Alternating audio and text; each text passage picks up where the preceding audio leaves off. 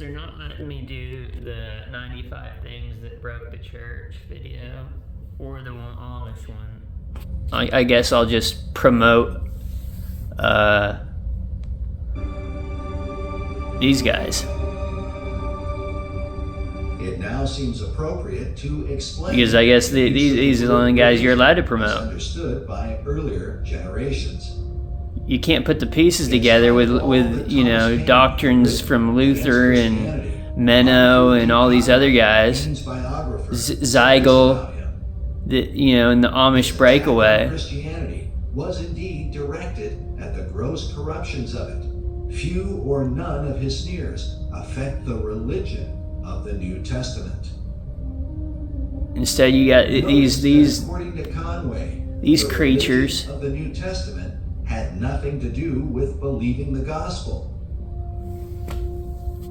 If one studies the founders carefully, it becomes clear that their ideas of the Christian religion had more to do with a moral code of conduct than faith in Jesus Christ. In other words, the religion that many of them refer to is not Christianity at all. It's called Luciferianism.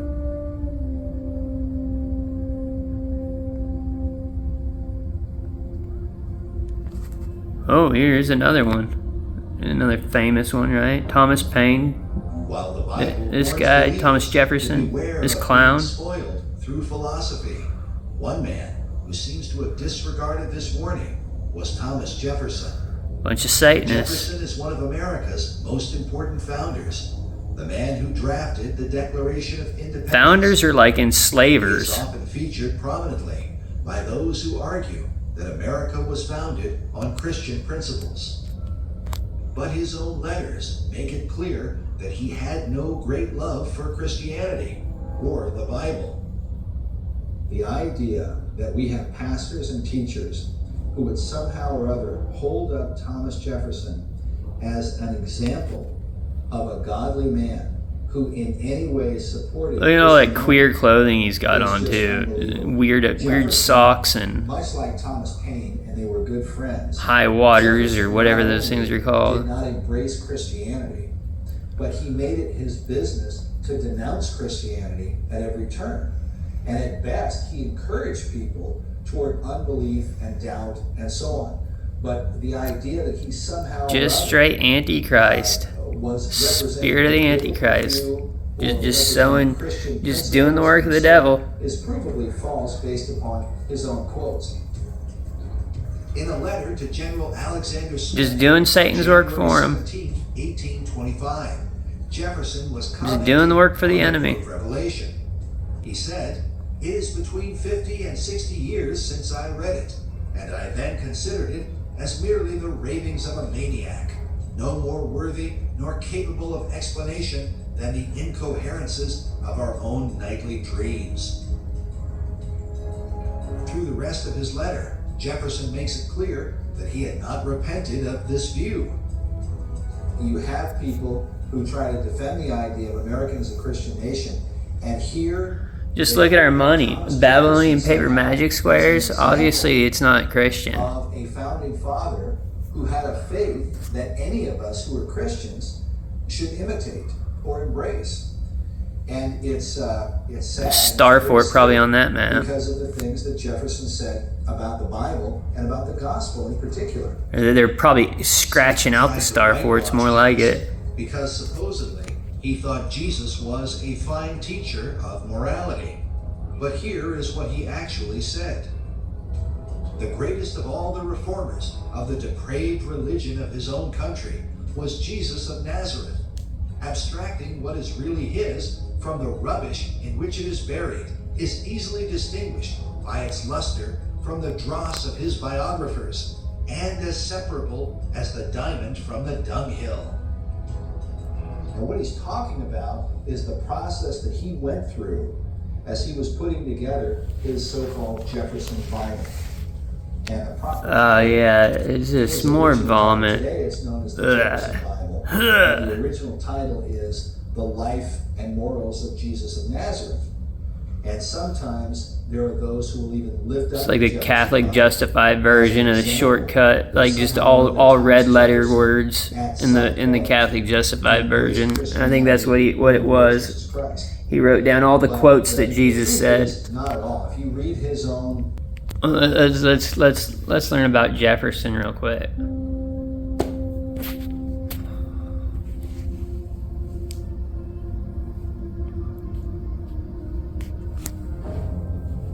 While the Bible warns believers to beware of being spoiled through philosophy, one man who seems to have disregarded this warning was Thomas Jefferson. Jefferson is He one of looks like a America's psychopath. most important founders, the man who drafted the Declaration of Independence. He is often featured prominently by those who argue that America was founded on Christian principles.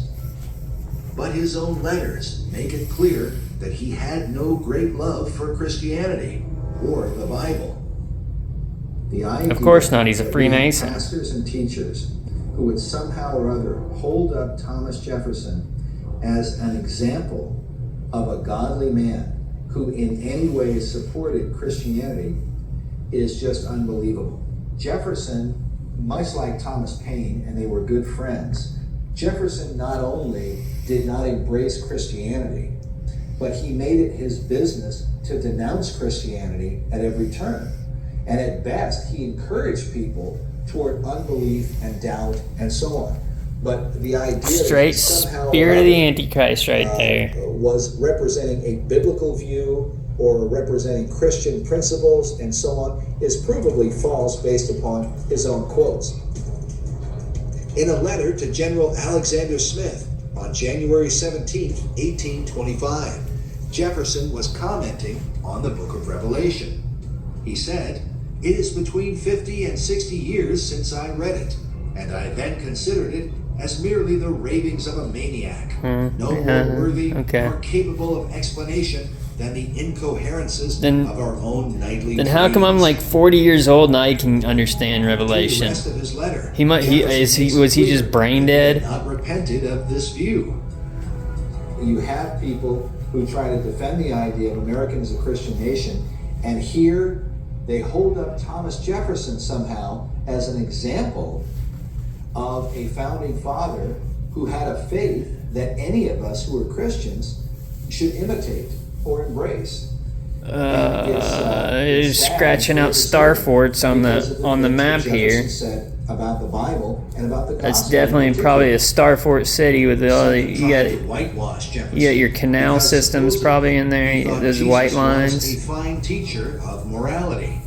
But here is what They were probably covering all the star forts up, having to draw all the maps to cover them all up because they covered them with mud and raised the streets, right? Which it is buried is easily distinguished by its luster. 1819. Yeah, this is these guys. These are the guys that did it. Yeah, for sure. These guys broke it all. What he's talking about is the process that he went through as he was putting together his so-called Jefferson Bible. Oh yeah, this thing's great. His original title today, it's known. It's like all the quotes, the red letter words out of the Catholic Justified version, or some jazz like that. And sometimes there are those who will even lift up the Jefferson Bible as an example that somehow or other Thomas Jefferson at some point embraced Christianity or the Lord Jesus Christ. But the truth is, not at all. If you read his own letters, what Jefferson says in his own letters about his Jefferson Bible tells us what he was really thinking. And he's, again, expressing the Enlightenment view that he believed there were some things in the Bible, in the New Testament. Listen to this nonsense right here. It's straight ridiculous. That were true and accurate, but that they had been covered up or mingled with this corrupt information that he says is the product of inferior minds. There are quotes. Sounds like one of them, right? Sounds like a Christ killer right there. Just sounds like it. Just disgusting. Concerning the Old Testament, Jefferson wrote, Total Christ killer. "Where get we the 10 Commandments? The book indeed gives them to us verbatim, but where did it get them?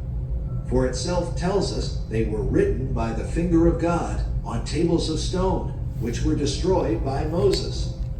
But the whole history of these books is so defective and doubtful that it seems vain. So in doubt. So in doubt. Into it.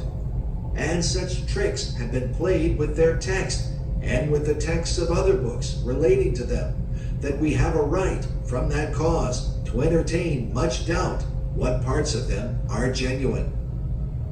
In the same letter to John Adams, he writes, "These are the same idiots that gave us spinning fake space nonsense. These guys were all into that nonsense. Hellfire Club, all that crap."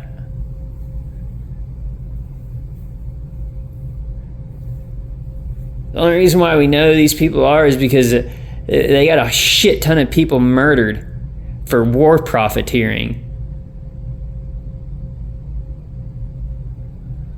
You know, so they could sell tanks and steel and guns and cotton and people, probably. Who? This is disgusting. These people are just insane. We're still dealing with the same people. The same people are on that thing they call media. The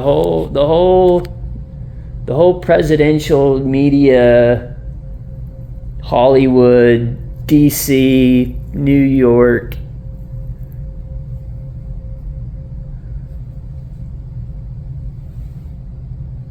All these guys, they're still doing it. They're still doing it to us. We used to know how to deal with witches and warlocks. I guess we don't deal with witches and warlocks anymore. We just let them destroy our world, the world around us, in the minds of children.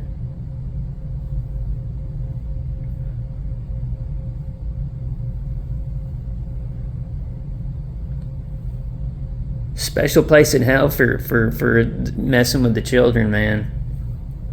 What does Jesus say? Better you tie a millstone around your neck, cast it into the ocean, be eaten by the beasts of the sea. Something like that.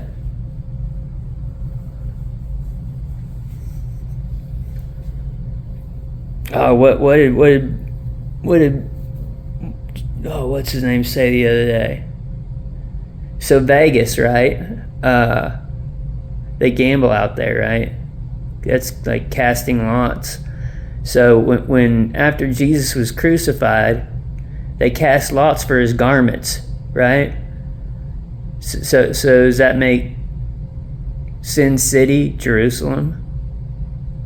Sounds like we I mean, because you got Moses running around Moab, Utah, I'm pretty sure, back before, California wasn't always, where it is, the way it is now. It used to be an island. And some of those mountain peaks were islands through that channel when California was an island. So I'm pretty sure like Moses was running around Moab, Utah. And that Jerusalem is Sin City, where you gamble in Nevada, where you cast lots, where they cast lots for Jesus' garments.